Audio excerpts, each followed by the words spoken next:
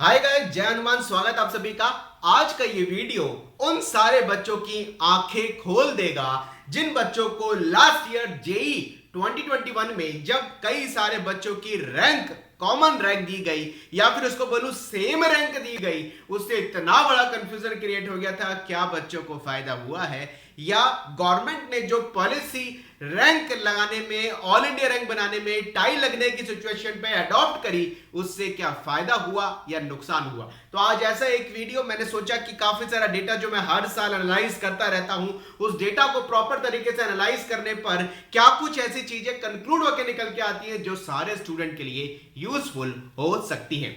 आप सभी को बता देते हैं, जेई मेन 2021 जो कि 4 सेशन में एग्जाम हुआ, 4 सेशन में लगभग 26 शिफ्ट में बी बीटेक का पेपर हुआ और उस बी बीटेक के पेपर में जिन बच्चों ने रिजल्ट ऑल इंडिया रैंक के हिसाब से दिए, उन बच्चों के चारों सेशन होने के बाद हायर टोटल एनटीए स्कोर, जिसको 7 डेसिमल में परसेंटाइल बोला जाता है, उसके बेस पर नॉर्मलाइज करके ऑल इंडिया रैंक जनरेट की गई। लेकिन लास्ट ईयर ऐसा क्या हुआ जिसने काफी कंफ्यूजन क्रिएट कर दिया कि ओ माय गॉड, पहली बार ऐसा देखने को मिला कि 2 बच्चों की AR1, जबकि 2 नहीं काफी ज्यादा बच्चों की AR1 आई थी और काफी बच्चों की सेम रैंक अलॉट हुई है। लास्ट ईयर जब 2021 में गवर्नमेंट ने जो पॉलिसी टाई लगने की सिचुएशन में कि 2 बच्चों का हायर एनटीए स्कोर जिसके बेसिस पर AIR बनानी है, उन 2 बच्चों के अगर higher NTA score, total NTA score, higher NTA score में अगर टाई लगता है तो क्या कुछ पॉलिसी गवर्नमेंट ने बनाई थी। सबसे पहले बात कर लेते हैं, अगर 2 बच्चों के टोटल एनटीए स्कोर में टाई लगता है तो देखा गया कि उसका हायर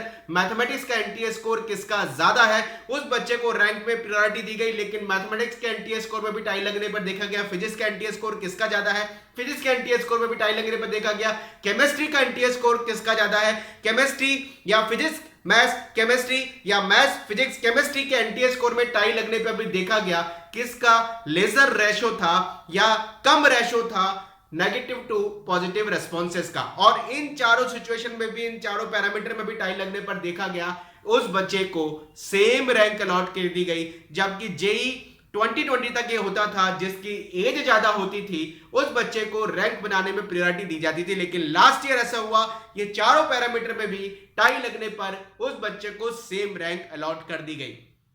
करीबन हमने 30,000 स्टूडेंट्स के डेटा पे काम किया। 30,000 स्टूडेंट्स के डेटा पे काम करने पर एक बड़ा चौंकाने वाली बात ये सामने आई कि 96% बच्चों के टोटल एनटीए स्कोर, जिसको बेसिस पर रैंक डिसाइड की गई, वो किसी ना किसी दूसरे बच्चे से टाई तो हुए। और टाई लगने की सिचुएशन में केवल 4% बच्चे ऐसे दिखे जिनका किसका NTA score, total NTA score किसी और बच्चे से टाई नहीं हुआ। लेकिन 96% बच्चों के एनटीए स्कोर किसी ना किसी दूसरे बच्चे से टाई तो हुए थे। अब जब देखा गया कि रैंक अलॉट करने की गवर्नमेंट की बारी आई, तो आप सभी को पता है कि लास्ट ईयर 44 बच्चे ऐसे थे जिनका चारों शिफ्ट मिलाकर के 100 परसेंटाइल आया था और उनमें से भी 300/300 मार्क्स वाले करीबन 18 यानी 18 बच्चे ऐसे थे जिनकी ऑल इंडिया रैंक 1 आई थी।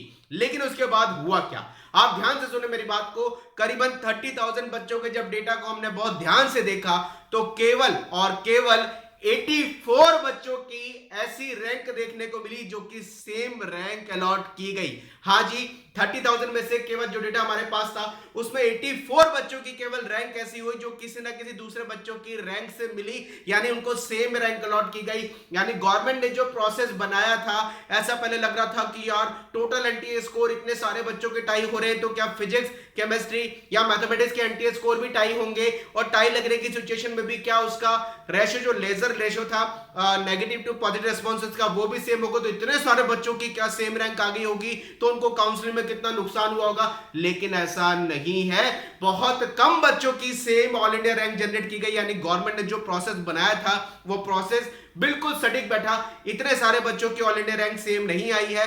हमने जब कैलकुलेट किया, इतने हजारों की संख्या में बच्चों के डेटा को देखा तो बहुत कम बच्चों की सेम ऑल इंडिया रैंक आई है। इसका मतलब है किसी बच्चे को थोड़ा सा भी नुकसान नहीं हुआ है, क्योंकि ऑल इंडिया रैंक अगर 18 बच्चों की लास्ट ईयर आई है उससे कोई फर्क नहीं पड़ता, क्योंकि वैसे भी ये बच्चे एनआईटी की जगह आईआईटी की जगह एनआईटी की जगह कहीं ना कहीं एक टॉप के आईआईटी में ही कहीं ना कहीं ब्रांच में सेटल हो गए। लेकिन उसके बाद में भी देखने को मिला इतने बच्चे ऐसे नहीं थे कि सेम रैंक आ गई, और बच्चों ने जो काउंसलिंग के सिचुएशन के हिसाब से, काउंसलिंग के ऑर्डर के हिसाब से कॉलेज के प्रेफरेंस को भरा, और वहां पर टाई लगने की सिचुएशन में बच्चे की कोई super numeric seat extra lot government को पढ़नी पड़ी। गवर्नमेंट का बिल्कुल सही एक कह सकता हूं कि डिसीजन रहा था कि अगर सेम रैंक भी दे रहे हैं तो किसी बच्चे को कोई भी नुकसान लास्ट ईयर नहीं हुआ है। अगर 2022 में इस बार भी ऐसे प्रोसेस को अपनाया जाता है रैंक निकालने में जेई के ऑल इंडिया रैंक पे, तो आप मान के चलिएगा कोई आपका नुकसान नहीं है। इसलिए इस मिसपरसेप्शन में मत आइएगा कि लास्ट ईयर इतने सारे बच्चों की सेम रैंक आ गई होगी। सेम रैंक नहीं आई है जी,